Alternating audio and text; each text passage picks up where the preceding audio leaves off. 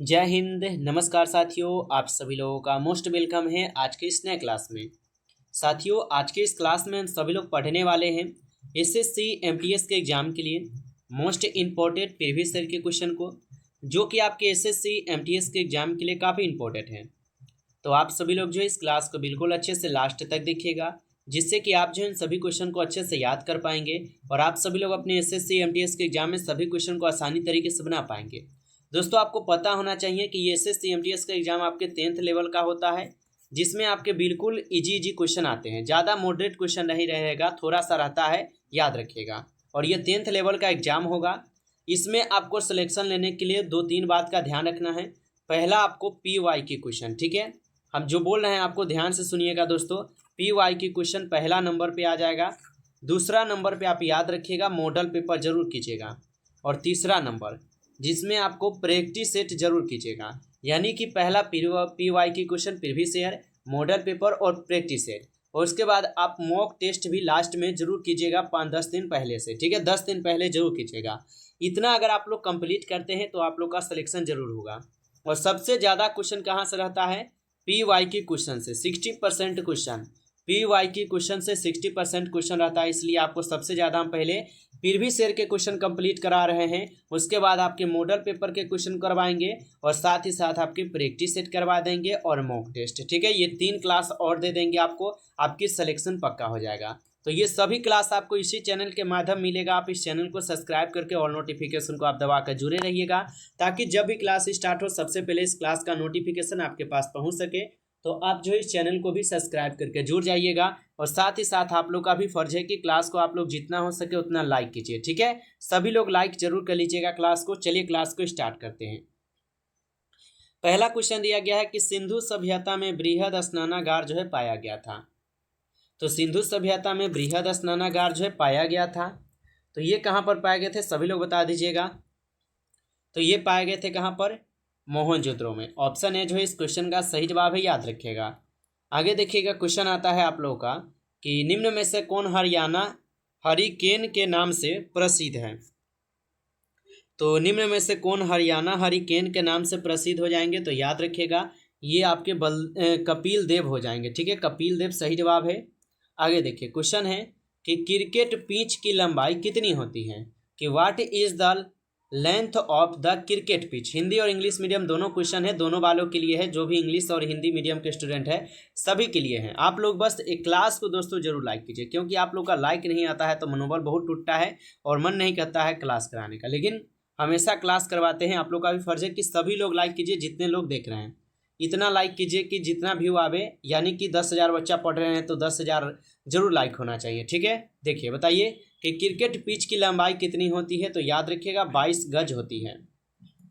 आगे देखिए, क्वेश्चन है कि उबेर कप का संबंध किस खेल से है। तो उबेर कप का संबंध किस खेल से हो जाएंगे? तो ये हो जाएंगे बैडमिंटन से। ऑप्शन डी कीजिएगा सही जवाब।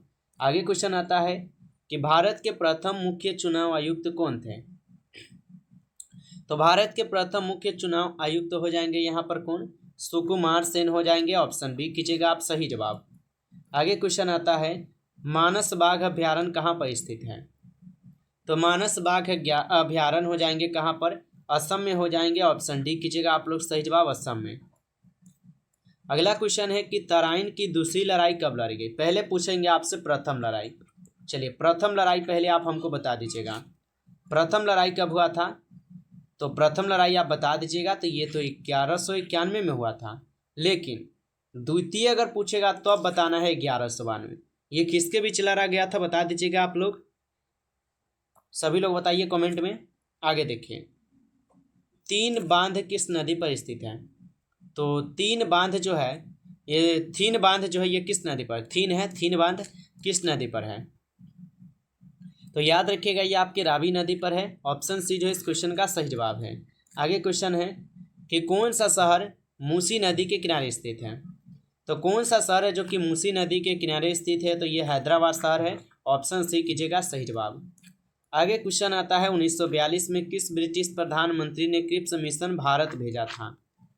तो 1942 में किस ब्रिटिश प्रधानमंत्री ने क्रिप्स मिशन को भारत में भेजा था? तो याद रखिएगा विंस्टन चर्चिल हो जाएंगे। ऑप्शन ए जो है इस क्वेश्चन का सही जवाब है। आगे क्वेश्चन आता है, किसे संविधान सभा का अस्थायी अध्यक्ष नियुक्त किया गया था? तो अस्थायी अध्यक्ष किसको नियुक्त किया गया था? तो याद रखिएगा, अस्थायी अध्यक्ष डॉक्टर सच्चिदानंद सिन्हा को चुने गए। ऑप्शन बी हो जाएंगे सही जवाब। अगला क्वेश्चन आप लोग देखिएगा कि किसे संविधान की आत्मा कहा गया है? तो संविधान की आत्मा संवैधानिक उपचारों के अधिकार को कहा गया है, याद रखिएगा आप लोग। आगे क्वेश्चन आता है, राष्ट्रपति और उपराष्ट्रपति के चुनाव संबंधित विवाद कौन सुलझाता है?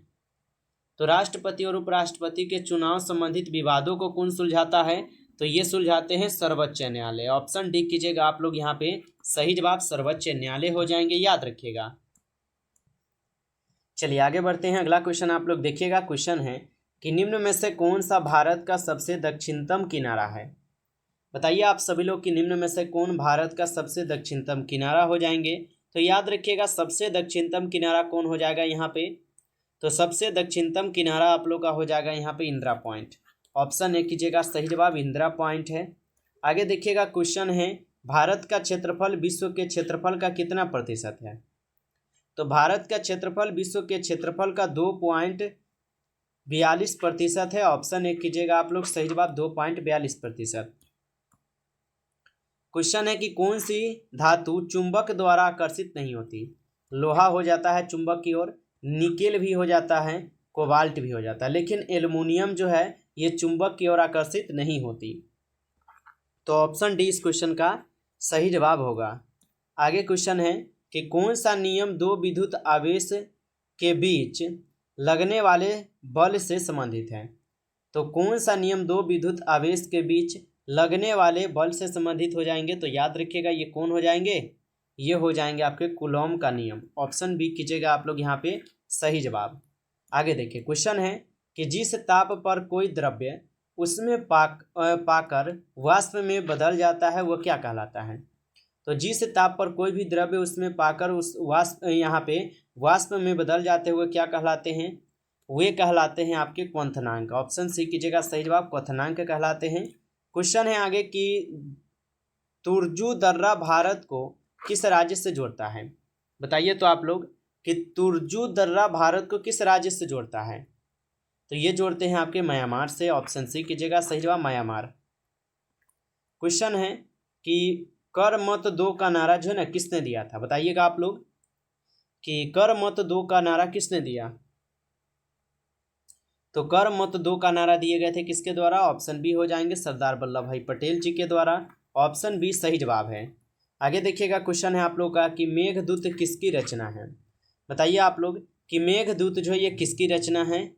तो मेघदूत हो जाएंगे कालिदास की रचना। ऑप्शन सी कीजिएगा, सही जवाब कालिदास। आगे क्वेश्चन है कि कन्नौज का युद्ध कब हुआ था?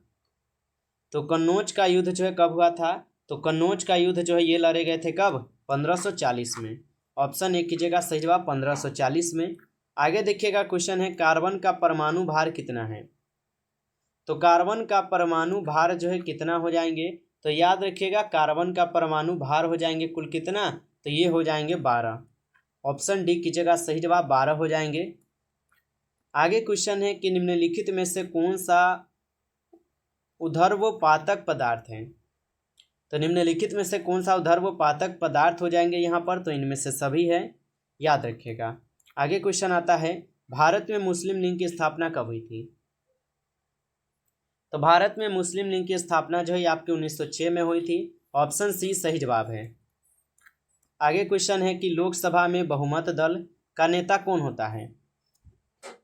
तो लोकसभा में बहुमत दल के नेता होते हैं प्रधानमंत्री। ऑप्शन सी इस क्वेश्चन का सही जवाब है। अगला क्वेश्चन देखिएगा कि निम्नलिखित में से किससे सब छोटी कोशिका हो, एक मिनट रुक जाइएगा, निम्नलिखित में से सबसे छोटी कोशिका कौन सी ये पूछा है।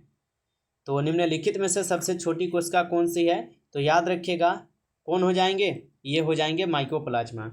ऑप्शन बी हो जाएगा यहाँ पे सही जवाब माइकोप्लाज्मा। आगे देखिए, क्वेश्चन है कि स्पर्मोलॉजी में किसका अध्ययन किया जाता है? तो स्पर्मोलॉजी में किसका अध्ययन किया जाता है? तो बीज का अध्ययन किया जाता है। ऑप्शन ए हो जाएगा सही जवाब। नमस्कार दोस्तों, इस क्लास में 29 क्वेश्चन लाए थे जो कि काफ़ी इंपॉर्टेंट और सिलेक्टेड क्वेश्चन लाए थे, जिससे कि आपके पेपर में ये 100% यहाँ से क्वेश्चन देखने को मिलेगा। अच्छे से याद कर लीजिएगा। यदि क्लास आपको अच्छा लगा हो तो आप लोग क्लास को लाइक कर लीजिए। चैनल पे पहली बार जुड़े हैं तो आप इस चैनल को सब्सक्राइब करके आप ऑल नोटिफिकेशन को दबाकर जुड़े रहिए, ताकि जब भी क्लास स्टार्ट हो सबसे पहले उस क्लास का नोटिफिकेशन आपके पास जरूर पहुंच सके। तो आप चैनल को भी सब्सक्राइब जरूर कर लीजिएगा। चलिए फिर मिलते हैं एक नई टॉपिक के साथ नेक्स्ट क्लास में। तब तक के लिए जय हिंद, जय भारत।